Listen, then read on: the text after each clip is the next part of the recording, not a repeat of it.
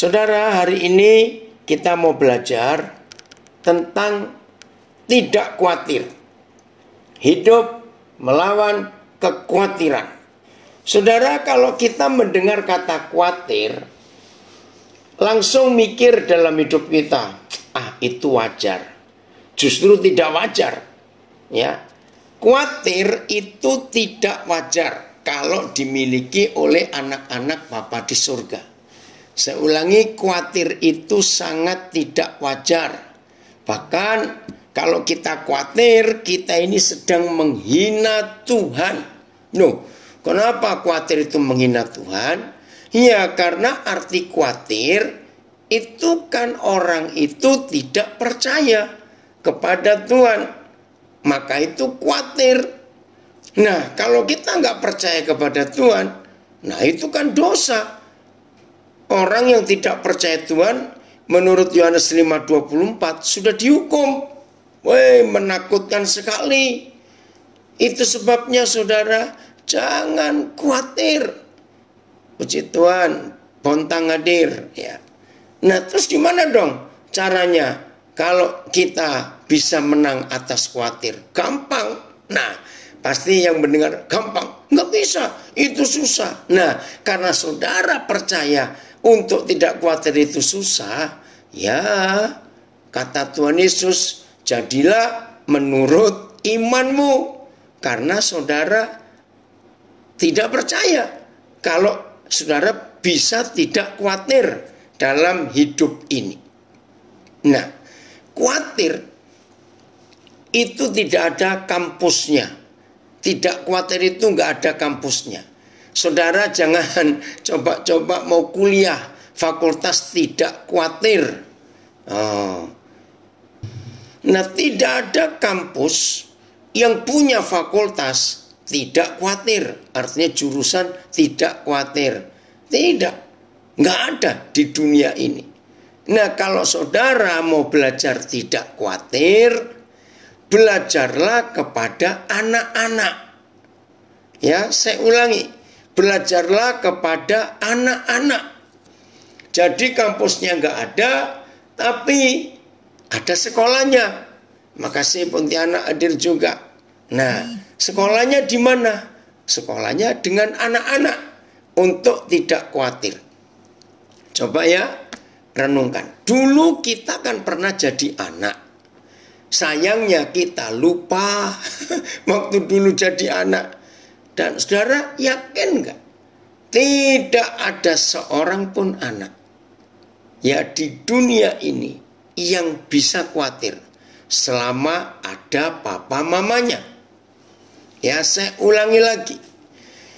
Di dunia ini tidak ada anak yang bisa khawatir menghadapi apa saja ketika anak itu melihat ada papa mamanya di situ. Ayo, kira-kira betul atau salah? Betul. Jadi anak-anak itu pokoknya ngelihat papa mama di situ, mereka cuek. Dengan situasi apapun, anak-anak tidak pernah punya rasa khawatir sama sekali dalam hidup mereka. Nah, itulah anak-anak. Sungguh luar biasa mereka itu. Terima kasih Tuhan.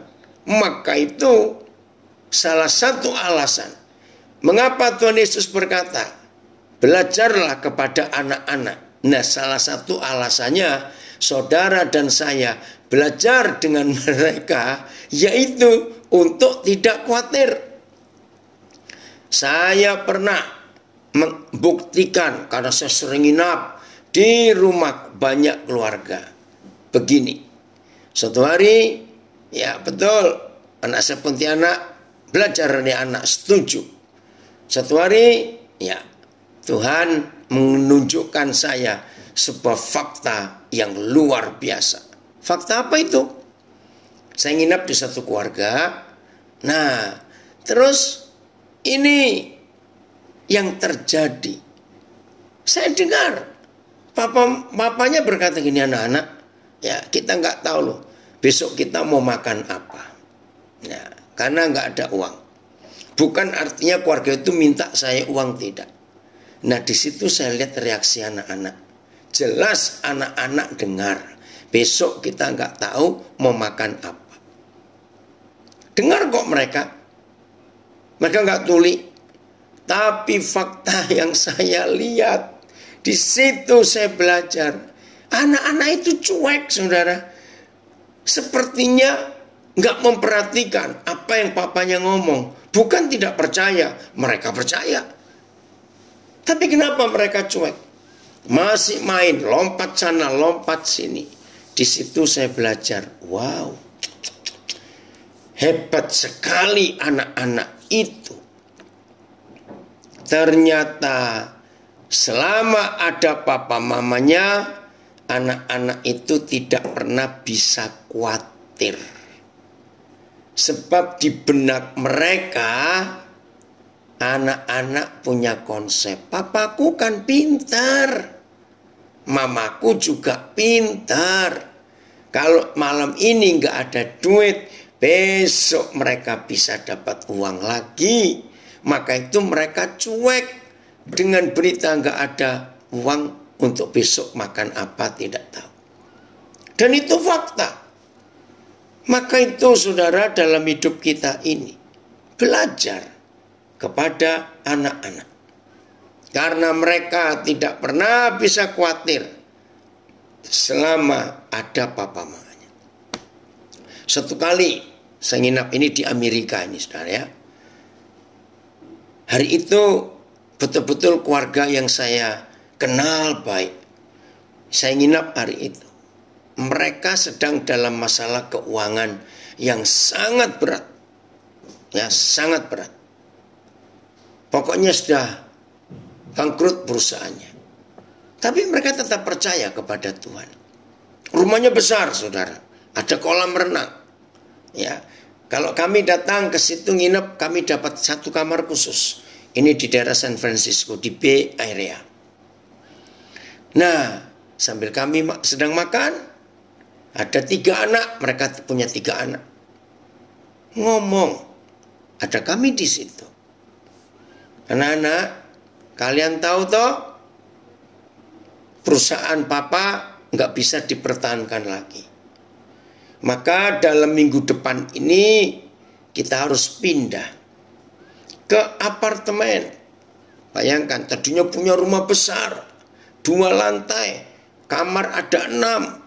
Ada kolam renang, waduh, ruang tamu, ruang keluarga, dapur, pokoknya ada basement di bawah, tempat mereka entertain, karaoke semua, bisa nonton film dengan layar lebar, pokoknya keren lah.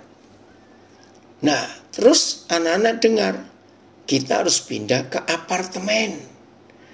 Kalian gak punya kamar 1 orang 1 kamar ya, karena kecil. Nggak ada kolam renang, ya. Saudara tahu jawaban mereka? Itu membuat saya belajar. Dad, no worries, nggak usah khawatir. Selama ada daddy dan mami, oke. Saudara mendengar kata itu, saya betul-betul, betul juga anak-anak ini. Tempat buat anak-anak tidak masalah. Ini loh kalimatnya, selama ada daddy dan mami. Nah, dari situ saya belajar. Apa yang dilihat oleh anak-anak ini terhadap papa mamanya. Dari 2 contoh tadi, kan kita sudah tahu. Papa mama nggak punya uang. Harus pindah ke rumah kecil, apartemen lagi bukan rumah. Tapi jawaban anak-anak sama, pokoknya ada mama dan papa. Cukup buat kami. Waduh, luar biasa. Selama ada papa dan mama. Ini yang kita harus belajar. Coba kita buka Yohanes 14 ayat 8. Bagaimana fungsi papa itu? Yohanes 14 ayat 8. Baik, berapa terjemahannya? Kata Filipus kepada Yesus, Tuhan, tunjukkanlah Bapa itu kepada kami, maka itu sudah cukup bagi kami.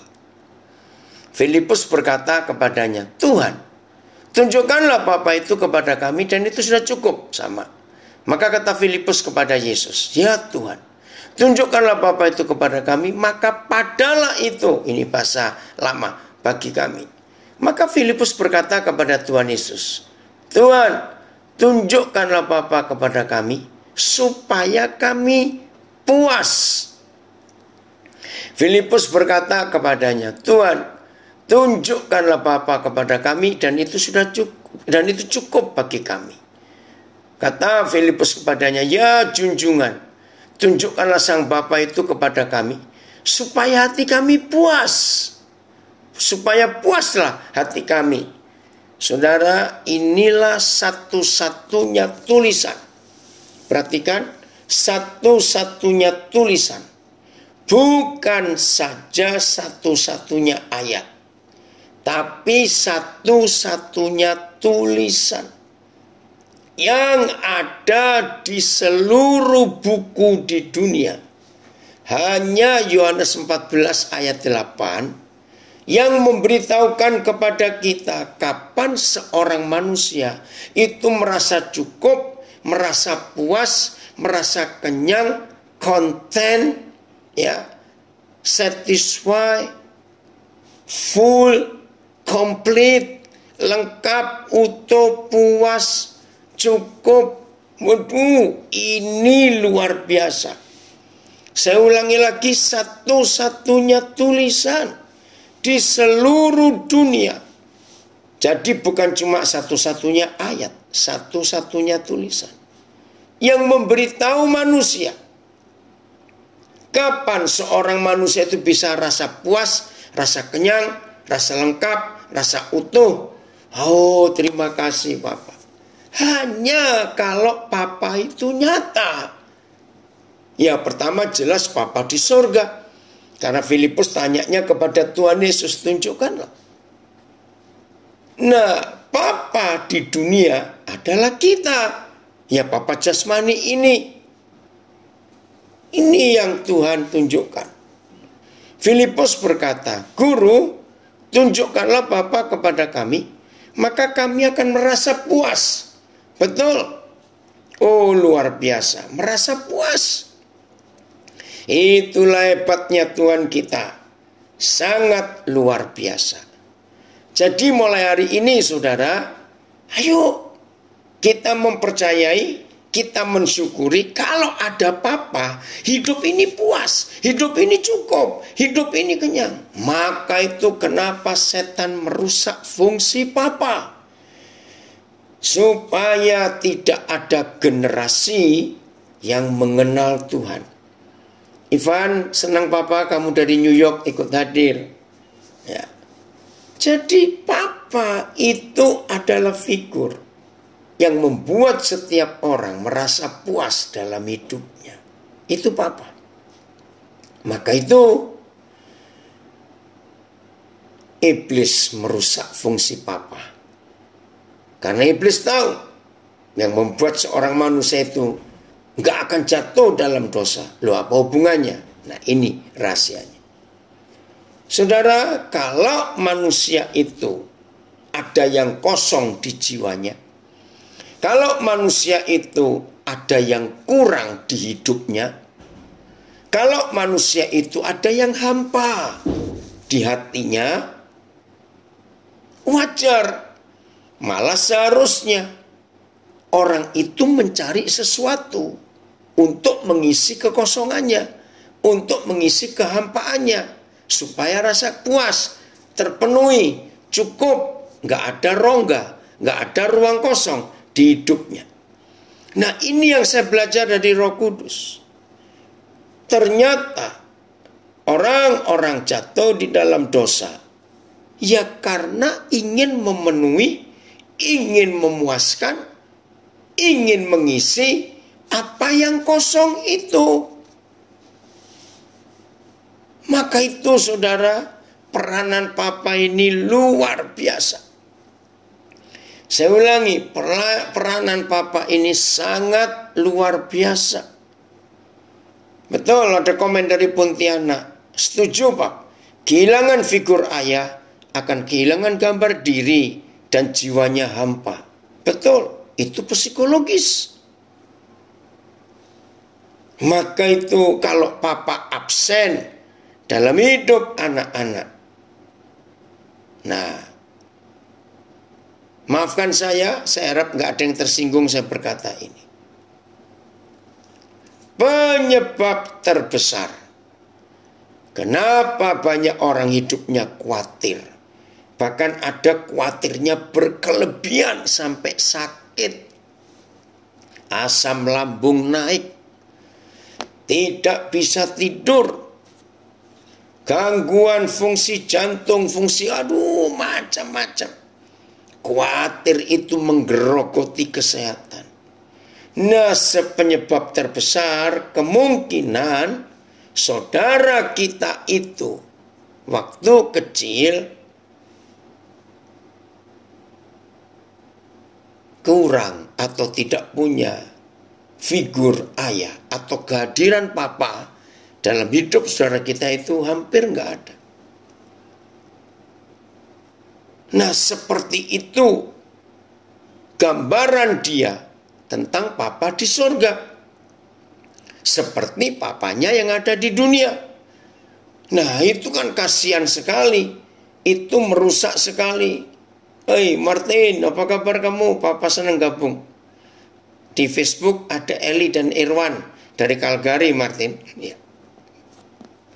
Saudara, inilah Tuhan kita. Jadi kalau anak-anak sejak kecil nggak punya figur ayah, maka kalau dia dewasa, dia akan jadi manusia yang gampang khawatir. Jadi sampai di sini saya ngomong dulu. Kalau gitu apa obatnya khawatir? Obatnya khawatir bukan tambah duit dan tambah modal. Bukan. Obatnya khawatir itu cari papa, kenali papa, temui papa, dia peluk kita, dia sayang kita. Waduh, luar biasa. Kalau papa hadir di hidup kita. Ya Martin, papa juga sudah kangen nih, lama sekali nggak ketemu. Maka itu obat menghilangkan khawatir, membuang khawatir. Bukan doa puasa, bukan doa kelepasan, ya, bukan baca ayat Alkitab, hafalkan ayat. Tidak. Mengatasi khawatir cuma satu. Kenali papa. Kenali. Nah, Abram sebelum jadi Abraham itu kasus beda. Tapi kita harus ngomong tentang dia karena contoh ini unik sekali. Ya, coba masih ingat gak? Ketika Yahweh Tuhan yang Abram belum kenal. Perhatikan, yang Abram belum kenal. Lalu Yahweh Tuhan hadir di hidup Abram. Bicara. Siap-siap Abram, ajak keluargamu, semua kekayaanmu, ternakmu. Dan Lot diajak juga. Tinggalkan negerimu. Tinggalkan sanak saudaramu. Tinggalkan rumah bapamu. Aku akan bawa kamu ke negeri. Nah, itu belum tahu di mana. Ya, terima kasih Martin. Dia tambahkan, mengatasi khawatir itu kenal sama papa, bukan dengan aktivitas rohani. Noted papa. Iya, betul. Cuma itu. Terima kasih dari Tulungagung. Betul Pak. Firman yang luar biasa. Sejak bertemu Papa tahun 2005 yang lalu, kita menemukan figur Papa itu yang membuat lega hidup ini. Makasih Pak, sama-sama. Selamat ulang tahun ya. Kemarin kamu ulang tahun Jun ya. Itulah Papa dalam hidup kita. Nah, Abram ini kasus khusus. Dia belum kenal yang ngajak bicara itu siapa? Aneh bukan? Kita aja kalau disuruh orang yang kita kenal, ya masih mikir-mikir. Apalagi ngajak keluarga. Wah, repot sekali. Tapi Abram itu pergi. Nggak kenal siapa yang nyuruh. Aduh, itu luar biasa. Ya, Martin, Eli bilang dari Calgary, sampaikan salam Martin. Aku dengerin terus CD lagu dia. Puji Tuhan. Ya. Lalu kenapa Abram bisa pergi? Padahal yang nyuruh dia nggak kenal. Dan yang nyuruh pun nggak bilang pergi kemana. Aduh, itu luar biasa. Nah, ternyata saya menemukan ini. Ya, saya menemukan bahwa Abram itu tidak punya pilihan dalam hidupnya. Saya ulangi, Abram itu nggak punya pilihan dalam hidupnya. Karena tidak punya pilihan, maka itu dia gampang nurut. Nah, itu kasus khusus. Nah, ternyata dari kisah Abram ini kita bisa belajar. Setelah fungsi Papa nyata dalam hidup kita, maka kita puas. Ya, Eli salam balik dari Martin katanya. Maka kita puas, cukup, aman, sehingga kita nggak perlu khawatir. Tapi kasus Abram ini luar biasa. Dia tidak bisa khawatir karena hidupnya nggak punya pilihan. Saya ulangi lagi, Abram nggak bisa khawatir karena hidupnya nggak punya pilihan. Wah, itu luar biasa. Berarti seseorang yang hidupnya penuh banyak pilihan, maka orang itu gampang khawatir. Karena harus milih yang mana. Kalau orang nggak punya pilihan, jadi ya udah ikut saja apa yang Tuhan suruhkan. Puji Tuhan itu gabung-gabung. Nah, jadi kita menemukan dua hal. Satu, kenapa kita nggak bisa khawatir? Karena kehadiran Papa yang menjamin. Kedua, kita nggak bisa khawatir karena kita nggak punya pilihan dalam hidup. Maka itu Abram enak saja untuk ikut. Saudara, saya mempelajari. Nggak punya pilihan, itu bukan berarti, maaf loh, bukan berarti orang itu bodoh. Tidak. Nggak punya pilihan, itu karena memang nggak ada yang dikhawatirkan dalam hidup. Coba renungkan kalimat ini. Abram tidak perlu kenal Tuhan, karena memang dia belum kenal yang ngajak bicara saat itu. Tapi kenapa dia nggak khawatir dan mau pergi ngikuti suara yang dia nggak pernah kenal, bahkan ngajak keluarganya? Jawabannya karena dia nggak punya pilihan. Nah, ternyata nggak punya pilihan itu adalah sesuatu dalam hidup yang tidak perlu dikhawatirkan. Justru orang yang merasa punya, kalau saya nggak berkata banyak, atau sesuatu, orang itu merasa khawatir. Oh, saya baru mengerti. Nah, jangan tersinggung ya. Tuhan ampuni saya kalau ada yang tersinggung.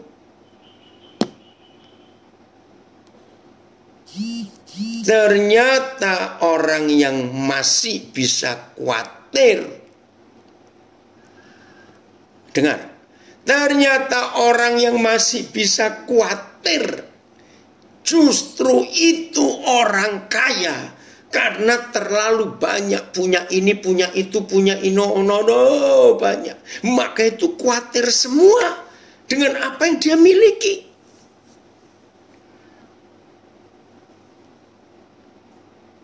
Jangan tersinggung.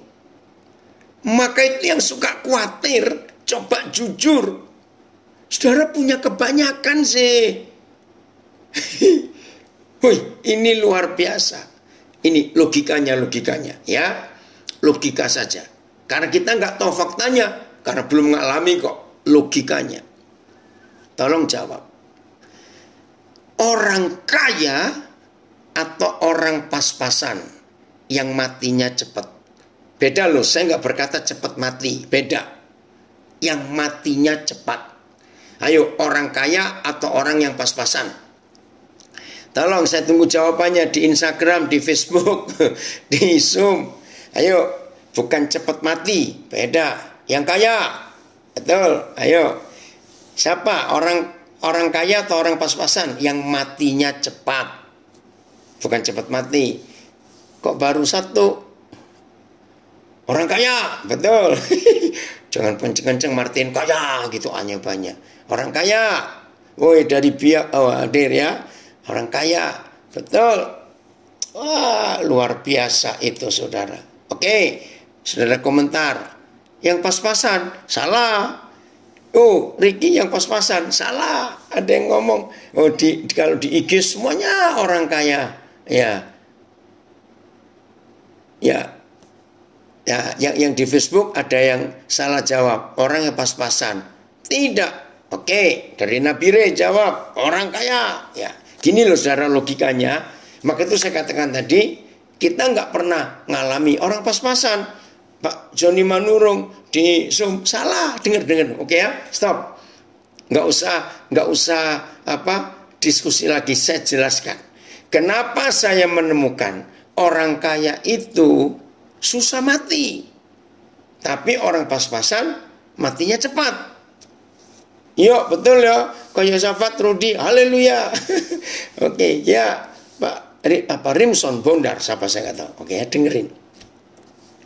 Kenapa orang miskin matinya cepat daripada orang kaya? Ya karena orang yang miskin kalau mau meninggal ya sudah, nggak ada apa-apa yang dipikirin. Ya artinya nggak ada yang ditakutin.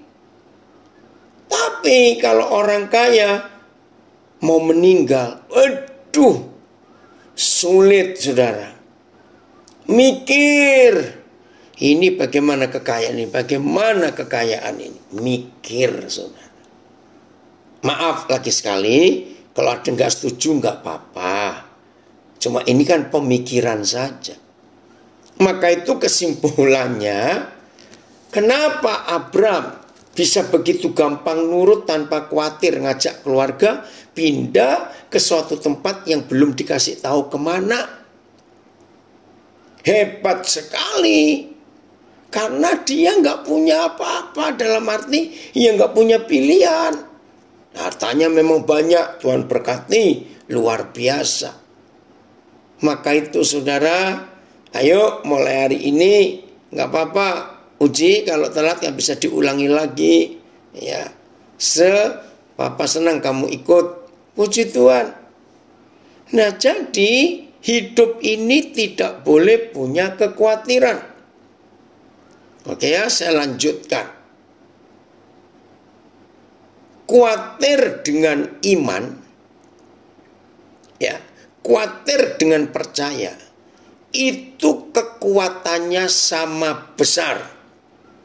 Saya ulangi, khawatir dengan percaya, itu kekuatannya sama besar. Tapi arahnya beda. Khawatir yang negatif, percaya yang positif. Lagi sekali kekuatannya sama. Maka itu seharusnya kalau orang bisa khawatir, seharusnya dia pun harus bisa tidak khawatir, yaitu percaya. Karena sama kekuatannya. Samanya di mana? Dengar. Percaya beriman itu karena kita melihat Papa kita baik. Tuhan itu setia, kasihnya luar biasa. Maka itu kita berani mempercayakan diri kita kepada Papa dan Tuhan kita yang ajaib. Khawatir juga sama, itu kekuatan. Kekuatan apa? Yaitu takut kalau yang belum tentu terjadi, itu terjadi. Berarti orang itu percaya kepada yang belum tentu terjadi. Tapi dia meyakini itu bisa terjadi. Nah, maaf, kan bodoh. Loh, betul tidak saudara? Kan bodoh.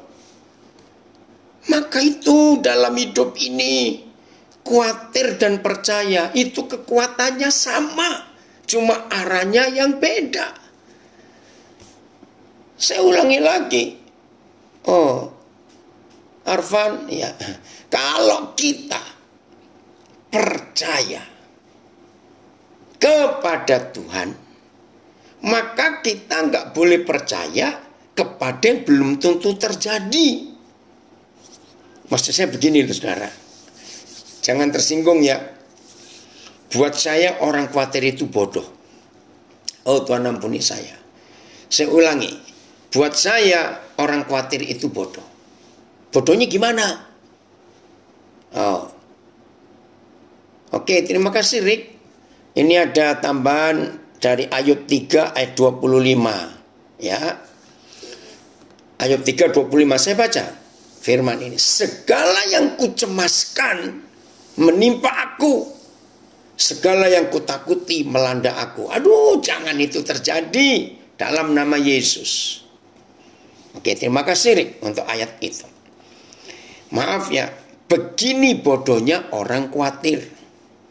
Jangan tersinggung sebagai kata bodoh. Apa itu? Begini. Orang yang khawatir itu sangat tidak mengharapkan apa yang ditakuti itu terjadi. Pelan-pelan. Orang yang khawatir itu sangat tidak mengharapkan apa yang ditakuti itu terjadi. Dia nggak mengharapkan. Nah, betul dong, apa yang masuk yang kita takuti harus terjadi? Nggak mungkin. Tapi ini yang aneh. Saya betul-betul heran. Mengapa kalau orang itu takut supaya nggak terjadi yang jelek, tetapi dalam fakta hidup dia itu mengharapkan itu terjadi, maka itu dia takut. Aduh, mudah-mudahan kalimatnya nggak membingungkan. Jadi orang khawatir itu bodoh, karena dia tidak ingin yang dia takuti terjadi, tapi dia membawa yang ditakuti itu sudah di depan matanya. Nah itu kan bodoh. Dia nggak suka kok. Maaf. Contohnya COVID-19 ini. Nggak ada orang yang ingin kena COVID-19. Tidak ada. Tapi banyak orang khawatir kalau kena. Oh terima kasih. Nah, oh, jangan jelas penjelasannya. Terima kasih. Nah, dengarkan. Tidak ada seorang pun di antara kita yang ingin kena COVID-19. Nah, orang yang khawatir, orang yang takut kena COVID-19, maaf, aduh Tuhan jangan terjadi itu dalam nama Yesus. Itu selalu was-was. Aduh, kena gak ya? Aduh, kena. Kan dia gak mau kena. Tapi gimana ya kalimat ini? Dia nggak mau kena karena dia takut. Wajar. Tapi dia menganggap COVID itu ada di dirinya. Maka itu dia takut. Nah itu kan aneh. Padahal dia nggak mau. Maka itu teori kedokteran tentang COVID ini jelas. Justru penyakit ini bisa masuk ketika orang itu takut, orang itu gelisah, orang itu khawatir. Padahal enggak. Jadi saudara mulai hari ini, ayo kita serius untuk tidak khawatir dalam hidup. Oke, sekarang kita lihat firman-Nya. Apa yang Tuhan ajarkan, percayakan kepada kita. Sebelum kita baca, saya mau jelaskan begini. Saudara, ini penting sekali supaya kita tidak gagal, tidak jatuh di dalam kekhawatiran itu. Begini prinsip atau konsep hidup kita mengatasi khawatir. Jangan kamu membunuh, jangan berzina, jangan mencuri, dan jangan yang lain lagi. Pertanyaannya, kalau khawatir itu tertulis di Alkitab, jangan hendaknya kamu khawatir. Jangan khawatir. Itu berkali-kali tertulis di Alkitab. Betul tidak? Berarti nilai hukum jangan khawatir itu sejajar dengan hukum jangan berzina, jangan membunuh, jangan mencuri, jangan khawatir. Nah, ini banyak orang nggak tahu. Kalau hukum ini sama. Jadi orang yang tidak berzina, tidak membunuh, tidak mencuri, tetapi khawatir, sama dosanya. Sama. Wah, ini yang kita harus tahu dalam hidup kita. Itu berbahaya sekali. Jelas ya saudara?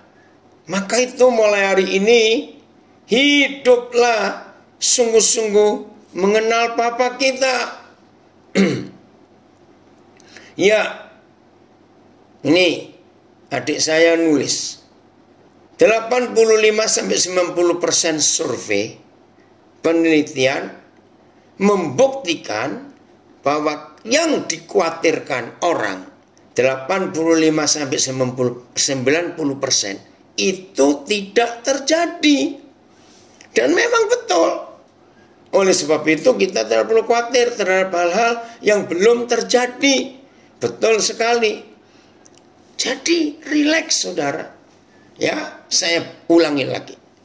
Menurut survei, dan memang dalam psikologis itu dibuktikan, bahwa kekhawatiran itu terbuktinya kecil sekali. Saya ulangi, kecil sekali bukti dari kenyataan dari yang dikhawatirkan itu terjadinya kecil sekali. 90% lebih tidak terjadi. Nah, sampai usia kita sekarang, ya, sampai usia kita sekarang, seharusnya kita semua sudah kenyang, sudah kenal, sudah tahu khawatir itu apa. Sebab makin tua usia kita, berarti sudah banyak kekhawatiran yang pernah hadir di hidup kita. Dan terbuktinya kita masih ada sampai hari ini. Ayo ingat-ingat bagaimana khawatir-khawatir 20 tahun lalu, 10 tahun yang lalu, 5 tahun yang lalu. Khawatir minggu yang lalu. Ayo, terbukti enggak? Enggak. Buktinya kita masih ada sampai hari ini. Betul. Kata Amsal, hati yang tenang adalah obat yang manjur. Betul. Hati yang gembira. Ronald, hebat kamu. Ya. Ayo, kamu jangan meladeni kebohongan iblis ya. Ya. Ya, orang yang khawatir itu karena nggak percaya kepada Tuhan Yesus. Ya, khawatir sama dengan membunuh iman dan menduakan Tuhan. Sehingga kadar hukum Alkitabnya sama dengan hukum Taurat. Jadi saudara, kekhawatiran itu jahat. Itu bohongan iblis, itu tipuan iblis. Khawatir. Oke, 1 Korintus 7 ayat 32. Puji Tuhan untuk semuanya. Kekhawatiran adalah di mana area ketakutan, kecemasan bekerja. Tapi iman dan percaya adalah area di mana tangan Tuhan bekerja. Menyediakan semua. Terima kasih Yong. Hebat. Ayat 32. Aku ingin supaya kamu hidup tanpa kekhawatiran. Ya. Orang yang tidak beristri memusatkan perhatiannya pada perkara Tuhan. Bagaimana Tuhan berkenan kepadanya. Woi, puji Tuhan. Aku ingin supaya kamu hidup tanpa kekhawatiran. Rick, bisa lihat terjemahan yang lain? Ya. Wah, firmannya mantap. Baru saya dengar kupasan yang jelas tiap kata. Mengajarkan pada saya hidup mengenal Tuhan, menyelami kehendaknya. Jangan khawatir karena hukumnya sama dengan berzina, membunuh, betul. Yang menakutkan. Terus mana ini? Kalau Tuhan berkata, jadilah menurut imanmu. Ya udah, kita percaya. Ampunilah saya Tuhan, biar saya belajar seperti anak-anak yang mempercayai papanya. Haleluya. Oke, terima kasih Pak Edo. Dan nayangkan ayat 32. Nah, ini berapa terjemahan yang lain. Aku ingin kamu bebas dari kekhawatiran. Oh, firman F-A-Y-A-H, ya. Apapun yang saudara lakukan, saya ingin supaya saudara bebas dari kekhawatiran. Oke, sama ya. Terus, tetapi kehendak aku janganlah kamu khawatir. Saya ingin supaya saudara bebas dari kesusahan. Dan aku menginginkan kamu menjadi bebas dari kekhawatiran. Aku ingin agar kamu tidak hidup dalam kekhawatiran. Aku mau kamu bebas daripada, oh ini bahasa Melayu, kerunsingan. Ya, ini nggak tahu saya artinya bahasa Melayu itu.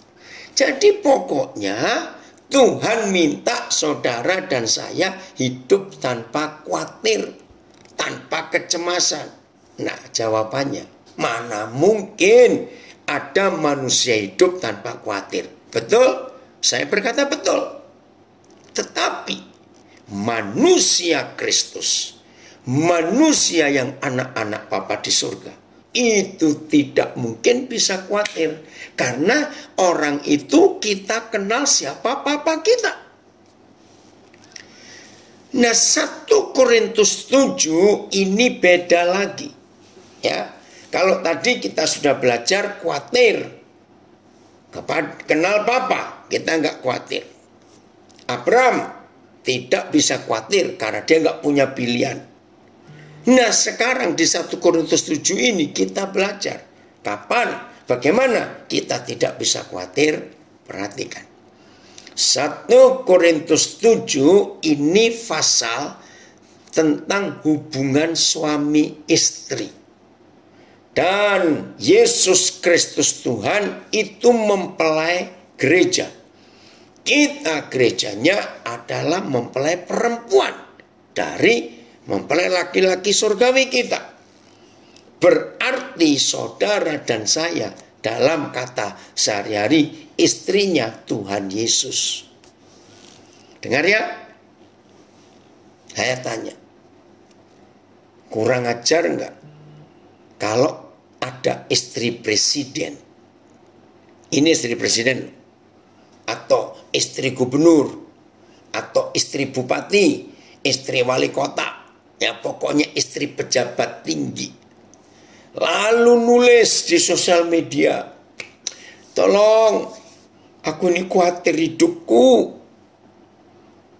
Ngerti nggak ilustrasi ini? Kalau sampai ada istri pejabat tinggi masih mengkhawatirkan hidupnya, masa depannya, anak-anaknya, dan itu diketahui oleh banyak orang karena dia nulis di sosial media, itu kan istri yang menghina suaminya. Suaminya pasti marah. Ma, kamu nulis begitu, lalu kamu pikir aku ini siapa sampai kamu khawatir akan hidupmu? Saya harap ngerti ilustrasi ini. Serius. Pertama kali saya belajar 1 Korintus 7 ayat 32. Wah, bagaimana orang bisa hidup tanpa kekhawatiran? Ternyata bisa. Kalau saudara dan saya melihat, ya, lagi sekali, kalau saudara dan saya melihat siapa suami kita, yang tidak lain adalah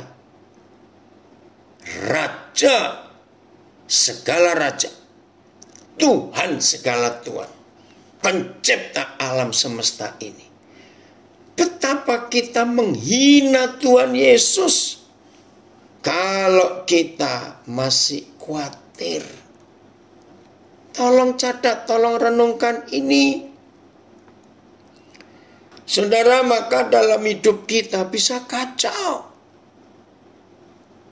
Woi, ampuni kami Tuhan. Jadi, ada 3 hal untuk kita tidak khawatir. 1, kenali Papa kita yang baik. 2, tidak punya pilihan. Nggak ada apa-apa yang perlu kita pertahankan. 3, sadari siapa yang menjadi pelindung kita. Siapa jadi suami kita. Yesus Kristus Tuhan. Jelas bukan saudara? Ini yang luar biasa. Nah ternyata belajar beriman tidak khawatir. Betul-betul Abraham, nenek moyang iman kita, itu contoh yang luar biasa. Masih ingat? Ketika dia diminta untuk mengorbankan Ishak anaknya itu. Kenapa dia berangkat? Oh, ternyata dia percaya. Ada tulisan di kitab Roma 4 dan Ibrani 11. Dia percaya. Berani mempersembahkan Ishak. Karena dia percaya Tuhan itu bisa membangkitkan orang dari kematian. Loh, padahal zaman itu belum ada berita orang mati bangkit. Belum ada. Tapi Abraham bisa percaya. Itu yang luar biasa. Maka itu dia bukan bohong kepada istrinya. Walaupun dia nggak pamit, nggak bilang untuk apa ke Gunung Moria.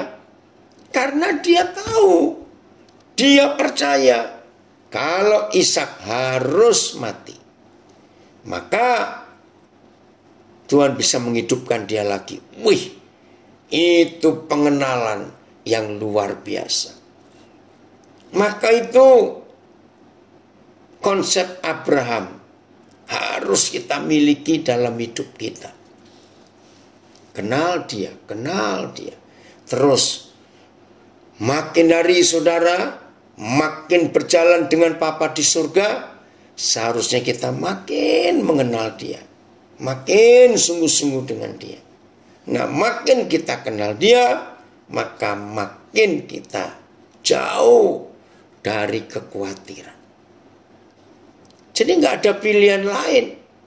Kita bersyukur untuk anugerah Tuhan. Yang keempat, kenapa kita nggak perlu khawatir dan nggak bisa khawatir? Siapa sih yang menginginkan kita lahir ke dunia? Ngerti nggak pertanyaan ini? Bukan karena papa mama kita, tidak. Kita lahir ke dunia karena Papa di surga yang mau. Nah, kalau dia yang mau, kita lahir ke dunia, maaf, entah dengan keluarga yang model bagaimana, maaf, walaupun orang tua kita keluarga berantakan, ataupun orang tua kita keluarga yang manis-manis harmonis, nggak peduli. Yang penting saudara dan saya sudah sampai ke bumi. Dan Papa di surga yang menginginkan. Percaya tidak? Dia bertanggung jawab atas seluruh hidup kita. Saya ulangi. Dia bertanggung jawab mutlak atas seluruh hidup kita. Pasti. Karena dia ingin kita ada di dunia kok. Nah, konsep ini miliki.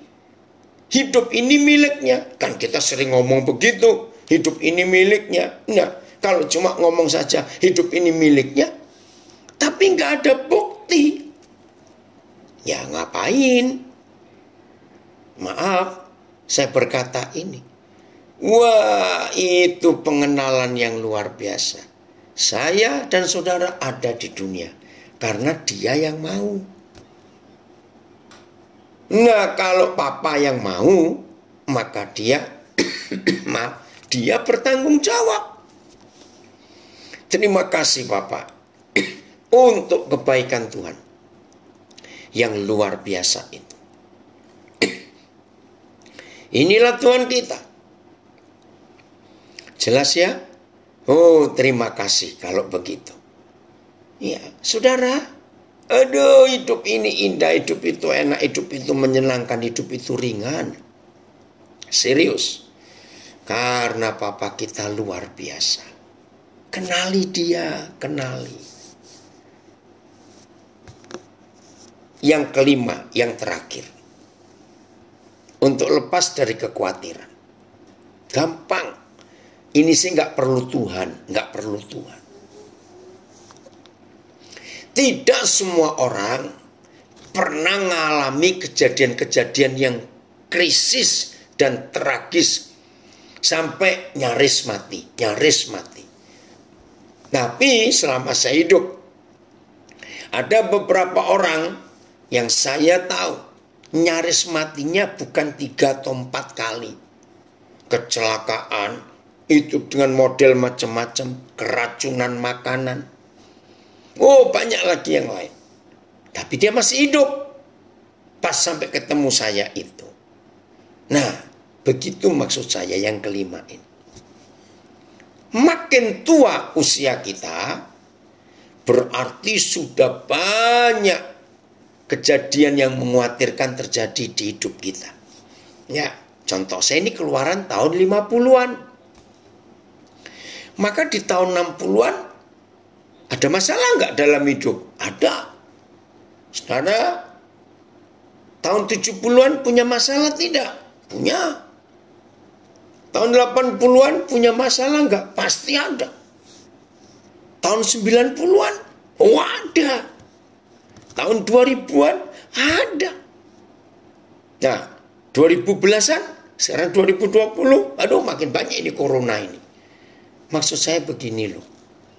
Kalau sudah sekian tahun usia kita, berarti kita sudah kenyang dengan yang namanya khawatir dan masalah. Setuju saya ngomong ini? Saya ulangi. Kalau makin tua usia kita, ya, maka makin banyak kekhawatiran yang sudah kita pernah alami. Bahkan sudah banyak masalah yang kita alami dalam hidup ini. Nah, kalau kita ada sampai akhir Desember ini, berarti saudara dan saya sudah lolos, sudah keluar, sudah pernah mengalami kekhawatiran-kekhawatiran, masalah-masalah, pencobaan-pencobaan, tekanan-tekanan hidup, hal-hal yang tragis, yang nyaris, yang kritis, sudah banyak. Maka itu saya katakan tanpa Tuhan. Buktinya kita ada sampai hari ini. Bukankah dengan ini saudara dan saya adalah orang-orang yang hebat, yang sudah lolos dari semua masalah di tahun-tahun hidup kita yang dulu. Maka seharusnya kita nggak perlu kalah lagi dengan khawatir dan takut. Nggak terjadi kok. Buktinya kita ada sampai hari ini. Nah, saya harap saudara jelas ya konsep ini. Oh, terima kasih Bapak. Maka kalau khawatir itu datang, begini caranya ngomong. Ya, lu lagi kenal aku. Kan dulu-dulu kamu sudah sering datang. Ayo, yang kalah siapa? Aku atau kamu? Buktinya aku ada sampai hari ini. Apa kamu gak bosan datangi aku? Berani gak saudara ngomong seperti itu pada kekhawatiran? Ah, lu lagi. Kenal gue. Puji Tuhan untuk semuanya itu. Oh, ponakan saya dari Toronto hadir. From faith to faith. From glory to glory. Betul. Didik. Dari iman kepada iman. Dari kemuliaan kepada kemuliaan. Jadi saudara, kita nggak perlu khawatir lagi. Ayat terakhir. Ayatnya sudah terkenal. Wah, semua kita sudah tahu. Janji-janji Papa kita di Alkitab. Yesaya 41 ayat 10. Ya. Yesaya 41 ayat 10. Ini yang terakhir. Oh, terima kasih Papa untuk firman-Mu yang luar biasa. Yesaya 41 ayat yang ke-10. Oke. Berapa terjemahan, Rick, kalau bisa? Kita lihat ini. Yesaya 41 ayat yang ke-10. Janganlah takut. Wih, kalimat pertama aja sudah ngagetin kita. Janganlah takut. Nah, ini ada hamba Tuhan hebat dari Nabi rekomen. Kekhawatiran adalah penyebab hidup tidak berbuah. Dengar komen dari Nabi Re, hamba Tuhan hebat. Namanya Eliezer Edo Odo. Kekhawatiran adalah penyebab hidup tidak berbuah. Matius 13 ayat 22. Yang ditaburkan di tengah semak duri, firman itu ya, ialah orang yang mendengar firman itu, lalu kekhawatiran dunia ini dan tipu daya kekayaan, wah itu dia kekayaan lagi, mengimpit firman itu sehingga tidak berbuah. Wih, ngeri sekali. Terima kasih Pak Pendeta Edo ngirimkan ayat ini yang saya nggak kepikir. Begitu firman hebat yang ditaburkan Tuhan, dikhotbahkan Tuhan, jatuh ke tanah hati kita yang mendengar. Tapi sayang, tanah itu berduri, semak durinya banyak. Nah, apa duri-duri itu? Ditulis kekhawatiran dunia ini dan tipu daya kekayaan. Wah, jelas sekali. Jadi hati-hati dengan kekhawatiran, bisa membunuh firman. Kalau firman terbunuh, berarti nggak ada buah dalam hidup kita. Maka itu jangan entengkan kekhawatiran. Lagi sekali Matius 13 ayat 22. Oke, saya kembali kepada 5 terjemahan Yesaya 41 ayat 10. Janganlah takut. Kalimat pertama sudah menyegarkan. Jangan takut. Ya sudah, kalau Papa berkata jangan takut, ya udah jangan takut. Ngapain takut? Sebab aku menyertai engkau. Janganlah bimbang, sebab aku ini Tuhanmu, bukan tetanggamu. Maaf, aku ini Tuhanmu, bukan tetanggamu. Aku akan meneguhkan, bahkan akan menolong engkau. Aku akan memegang engkau. Oh, terima kasih, terima kasih. Dengan tangan kananku yang membawa kemenangan. Wih, ini janji Tuhan. Terjemahan yang lain, jangan takut karena aku menyertaimu. Jangan khawatir, nah khawatir lagi ya, karena aku adalah Tuhanmu. Aku akan menguatkanmu dan aku akan menolongmu. Ya, aku akan menopangmu dengan tangan kanan kebenaranku. Janganlah takut karena akulah sertamu. Janganlah engkau bimbang karena akulah Tuhanmu. Aku menguatkan dikau. Lagi aku menolong engkau. Lagi aku memapah engkau dengan tangan kanan kebenaranku. Jangan takut, sebab aku menyertaimu. Jangan cemas, sebab aku Tuhanmu. Engkau akan kuteguhkan dan kutolong, kutuntun dengan tanganku yang jaya. Mau takut apa lagi? Kalau Papa kita sehebat ini. Jangan takut, karena aku bersamamu. Ya, mana? Jangan memandang sekitar, karena akulah Tuhanmu.